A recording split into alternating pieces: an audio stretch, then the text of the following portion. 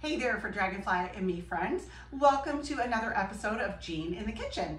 And if this is your first time here, I'm Jean Roman and you are visiting for Dragonflies and me either at my blog or my YouTube channel. Either way, welcome. I'm so happy to have you here. Today is the second in my series of homemade salad dressings. And as I said in the first one when I did my homemade ranch dressing, this is salad season. The salad is growing beautifully in the garden and I'm harvesting every day. Here's today's harvest with some kale and about 5 different varieties of lettuce. Some red oak leaf, some green oak leaf, some red romaine, some Lola Rosa, and just some beautiful lettuces and some kale too. And I have a few nasturtium leaves in there as well. So the other day I made ranch dressing, and today I'm going to make homemade Thousand Island dressing. And if you have never made your own salad dressing, you will be amazed how fresher it tastes because it doesn't have all the preservatives in it. Yes, you're using bought ingredients, including mayonnaise and ketchup. But if you do can your own ingredients like that, including homemade relish, it's actually really easy to make homemade mayonnaise. It's really easy to make ketchup, and it's also really easy to make relish. And I'm going to be doing all of those recipes this summer during my canning series, which is going to be pretty much starting pretty quick. I've already done my strawberry jam and my strawberry rhubarb jam. So the things are just starting to come in, and we're gonna be going hot and heavy as soon as the pickles come in and a few, of course, tomatoes. So first and foremost, I need to mince this Vidalia onion. So I am using a food processor. It calls for a 1/4 cup of chopped or minced Vidalia onion. So you want a sweet onion. You do not want to use red. You do not want to use white, especially. So if you can purchase a Vidalia onion, or if you grow your own candy onions, Vidalia onions technically only grow in Vidalia, Georgia. Pro tip and a little tidbit of information there. So I have my handy little dandy little food chopper, and I'm going to put these in there, and I'm going to quick mince those up.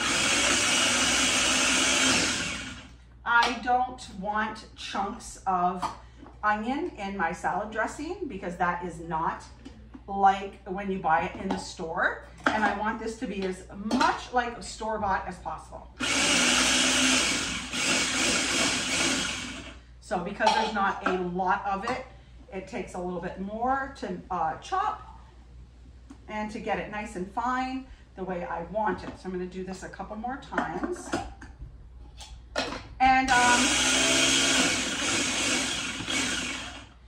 again, if you're new here, if you've never been here, I would love for you to smash the like button and of course the subscribe button. And also leave me a comment. Do you make your own salad dressings? What's your favorite?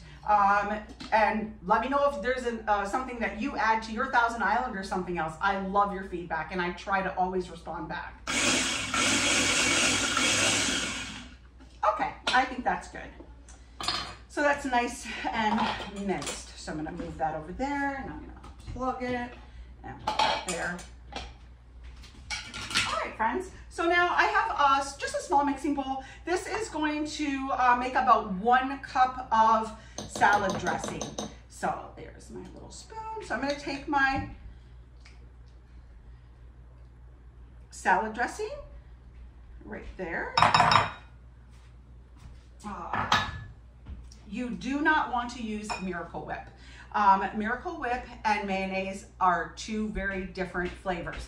And like I said in my ranch dressing recipe, it doesn't even taste like ranch if you use Miracle Whip. And this is not going to taste like Thousand Island if you use Miracle Whip. You want to use mayonnaise. They are completely different flavors.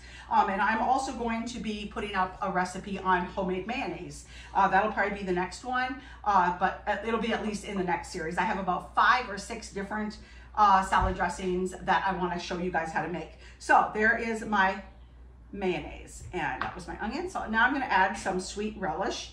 And I will be making my own relish this summer and canning it to show you guys. And then here's some ketchup. And I'm also going to be showing you guys how to make homemade ketchup. It is a super easy recipe. And then some white vinegar, a little bit, scrape that out. And then I'm going to add some paprika, some garlic powder, and some pink Himalayan salt. So there's that. I'm going to get that all in there. Alrighty, so now I'm going to blend that up together, as you can see. And it is One thing with your homemade Thousand Island dressing, you want to have this set for about 24 hours, if at all possible, to let the flavorings really blend in. But this is super, super easy. And you may notice it is not as orange as your store-bought, and that is simply because I'm not putting food coloring in.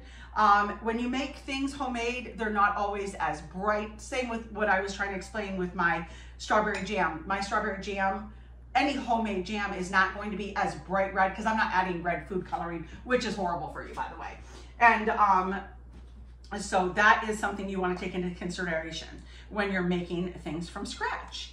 So, easy peasy or what, friends?